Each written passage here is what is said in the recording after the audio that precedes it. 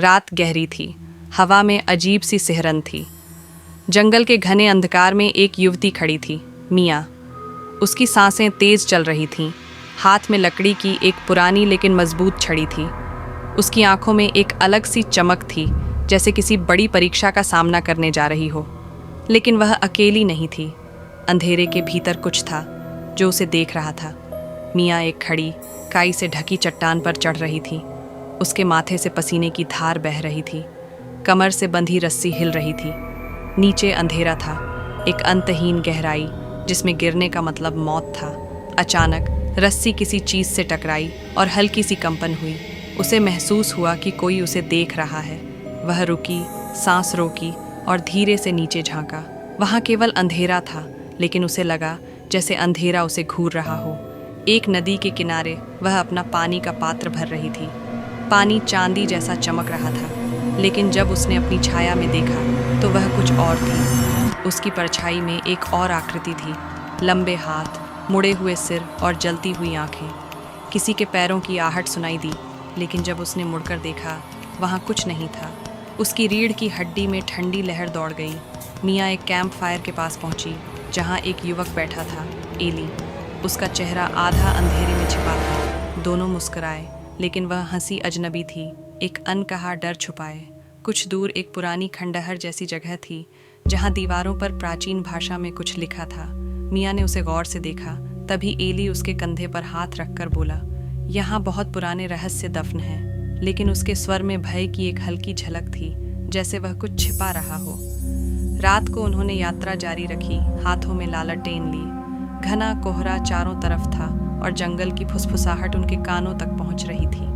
अचानक पेड़ों के बीच से एक आवाज आई, जैसे कोई कराह रहा हो। एक छायादार कदकाठी वाली स्त्री उनके सामने प्रकट हुई। झारा, लंबे चांदी जैसे बाल, काले लबादे में लिपटी हुई। उसकी आंखों में क्रूरता की एक अलग चमक। उसके हाथ में एक जादुई छड़ी थी, जिससे बिजली कौंध रही थी। तुम्हें यहाँ नहीं आना चाहिए था। उसकी आवाज़ गहरी और डरावनी थी। तभी हवा में फुसफुसाहट गूंजने लगी, जैसे हजारों मरे हुए लोगों की चीखें उन्हें चेतावनी दे रही हों। झारा ने बिजली छोड़ी, जिससे पेड़ जलने लगे। मिया किसी तरह बची, लेकिन जमीन हिलने लगी। एली ने एक बड़ी चट्टान से मिया को बचाया। झारा ने गहरी हंसी हंसते हुए कहा, जो इस जगह के रहस्यों को छूने की कोशिश करेगा उसे श्राप मिलेगा। तभी हवा में एक चीख गूंजी, जैसे कोई अदृश्य शक्ति उन्हें घसीटने के लिए तैयार थी। मिया और एली को एक गुफा मिली, जहाँ एक चमकता हुआ तावीज रखा था। यह वही तावीज था जिसकी शक्ति से झारा डरती थी। लेकिन जैसे ही मिया ने उसे उठाया, जमीन दरक गई और गुफा के अंदर से भूतिया आवाजें आने लगीं। अचानक झारा वहां प्रकट हुई। तुमने इसे छूकर मौत को बुला लिया है। तभी अंधेरे में एक साया उभरा, एक विकृत चेहरा, गहरी आंखें और एक अजीब सी हंसी जो हड्डियों तक कंपा दे। रेगिस्तान के बीचों बीच लाल आसमान के नीचे मिया और झारा आमने सामने खड़े थे। चारों ओर सन्नाटा था, पर हवा में बिजली सी तड़प रही थी। मिया ने तावीज उठाया और अपनी पूरी शक्ति से झारा की ओर लहराया। झारा चीखने लगी, उसकी त्वचा झुलसने लगी और वह धूल में बदल गई। लेकिन तभी उसकी धूल से एक साया निकला, जिसने फुसफुसाकर कहा, यह अंत नहीं है, यह श्राप अब तुम्हारा है। मिया और एली एक पहाड़ी पर खड़े थे। सामने सूरज उग रहा था, पीछे रहस्यमयी द्वार बंद हो चुका था। लेकिन क्या यह सच में अंत था या एक नई शुरुआत?